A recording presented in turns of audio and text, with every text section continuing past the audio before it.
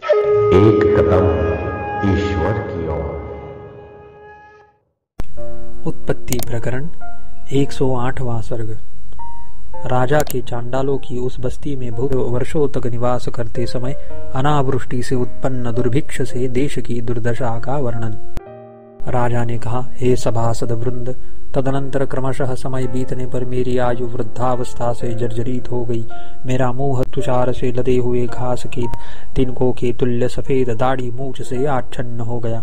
जैसे वायु से प्रेरित जीर्ण शीर्ण पत्ते उड़ते हैं, वैसे ही कर्म रूपी वायु से प्रेरित सुख युक्त और दुख युक्त मेरे दिन बीतने लगे। जैसे युद्ध में बाणों के समूह लगातार आते और जाते हैं, वैसे ही सुख दुख लड़ाई झगड़ा अकरणीय चोरी सीना जोरी आदि कार्य आने जाने लगे। मेरा चित्त कल्लोलों से भरे हुए समुद्र के समान भ्रांत हो गया था। मैं सदा विकल्पों की विकल्पना रूपी भंवर में पड़ा रहता था। जैसे पक्षी आकाश में किसी अवलंबन के बिना उड़ता है, वैसे ही मैं किसी अवलंबन के बिना आकाश में चलता था और बिल्कुल जड़ हो गया था। चिंताओं से व्याप्त चल रहे चक्र में आरूढ़ होने से मेरे भ्रांत हो जाने पर और काल रूपी सागर में भौरियों के साथ बहाए जा रहे तृण के तुल्य किसी अवलंबन के बिना स्थित होने पर विंध्याचल की भूमि के वन के कीड़े और एकमात्र उदर भरना ही जिसका मुख्य काम है, ऐसे दो बाहु वाले गर्दभ रूप मेरे इस प्रकार वहां पर अनेक वर्ष बीते। मैं शव की नाई अपनी भूपता को भूल चुका था। जिसके पंख कट गए हो, ऐसे पर्वत के समान बड़ी वेग वाली चांडालता पूर्ण रूप से मुझ में स्थिर हो चुकी थी। जैसे प्रलय काल संसार को तहस नहस कर डालता है, जैसे वनाग्नि जंगल को राख कर देती है, जैसे सागर की लहर तट को मटिया मेट कर डालती है, जैसे वज्र सूखे वृक्ष को जला डालता है, वैसे ही अनवसर में ही जिसमें लोगों का परलोक गमन होता है, ऐसा दुर्भिक्ष क्रोधी चंडालों की मंडली से परिपूर्ण अन्न तृण पत्ते और जल के अभाव से युक्त विंध्याचल के जलप्राय प्रदेश में आया। मेघ समूह बरसते न थे, देखते ही नष्ट हो जाते थे। यह भी मालूम नहीं वे कहाँ रहते थे। कपड़े से चने हुए से अत्यंत सूक्ष्म अंगार कणों से मिश्रित वायु बहती थी। वनस्थलियां शून्य थी, सूखे हुए मरमर शब्द करने वाले पत्तों से वे युक्त थी और चारों ओर वनाग्नि से परिवेष्टित थी। अतएव मालूम पड़ता था मानो बहुत दिनों से उन्होंने संन्यास ले रखा हो। अनवसर में उत्पन्न हुआ दुर्भिक्ष बड़ा भीषण हुआ। उसमें वनाग्नि उद्दाम गति से फैली थी। संपूर्ण वन सुखाए गए थे। तृण और लताओं की भस्म ही शेष रह गए थे। सबके अंग धूलि से धूसरित हो गए थे। सब मानव मारे भूख के व्याकुल थे। उस दुर्भिक्ष में अन्न तृण और पानी का कहीं नाम न था। सब नगर और ग्राम उसमें उत्कृष्ट अरण्य बन गए थे। उस दुर्भिक्ष काल में प्रतीत हो रहे मृग तृष्णा के जल में भैंसों का युत नहीं रहा था। जंगल का आकाश वायु से उड़ाए गए जलकणों को भी धारण नहीं करता था। पानी शब्द मात्र के श्रवण से लोगों के झुंड उत्कंठित होते थे। सूर्य के ताप के विस्तार से उत्पन्न हुए शोष से सब मनुष्य दुखी हो रहे थे।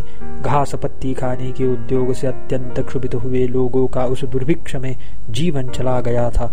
अपने शरीर को चबाने की अभिलाषा से दांत परस्पर एक दूसरे को काटते थे। यह मांस है, ऐसी शंका से खैर के उग्र अग्निकणों के समूह को लोग निगल गए थे। मंडक की यानी एक प्रकार के पकवान की भ्रांति से निस्सार वन में पत्थरों के टुकड़े को भी लोग निगल गए थे। माता पुत्र पिता आदि परस्पर के स्नेह से दुखी होकर प्राणों के भय से लिपटे थे। मांसाहारी पक्षियों के पेट में पूरी निगली गई सुंदर सारिकाएं शब्द करती थी। परस्पर अंगों के काटने से संपूर्ण धरातल रुधिर से सिक्त था। मदोन्मत्त और क्षुभित हाथी शेरों को निगलने के लिए सन्नद्ध थे। गुफाओं में हमें कोई निगल न जाए, इस आशंका से एक एक करके घूम रहे सिंहों से उसकी भीषणता कहीं अधिक बढ़ गई थी। परस्पर एक दूसरे को मारने के लिए उद्यत हुए लोगों के मल्ल चरित्र को वह धारण करता था। उस भीषण दुर्भिक्ष में पत्तों से सहित पेड़ों को अंगारों से भरी हुई तेज आंधी उड़ा रही थी। प्राणियों के रुधिर को पीने के लिए उत्कंठित बिलार गेरू आदि धातुओं तटभूमि को चाटते थे। अग्नि की ज्वालाओं के घन घटाटोप से वह दुर्भिक्ष काल आवर्त से और वन वायु से युक्त था। सभी जगहों में चट चट शब्द कर रही अग्नि की ज्वालाओं से सबके सब जंगल उसमें पीले पड़ गए थे। जिन झाड़ियों में वनाग्नि से अजगर जल गए थे, उनसे उठे हुए धुएं से जो उनके अधिक फलने फूलने के लिए दी गई धूप के तुल्य प्रतीत होता था, सब पेड़ और झाड़ियां रुष्ट पुष्ट हो गई थी।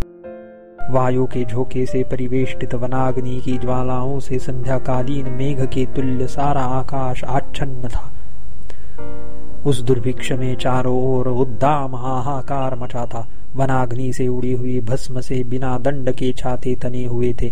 मारे भूख के रो रहे नर नारियों के आगे दीनहीन बालक रो चिल्ला रहे थे।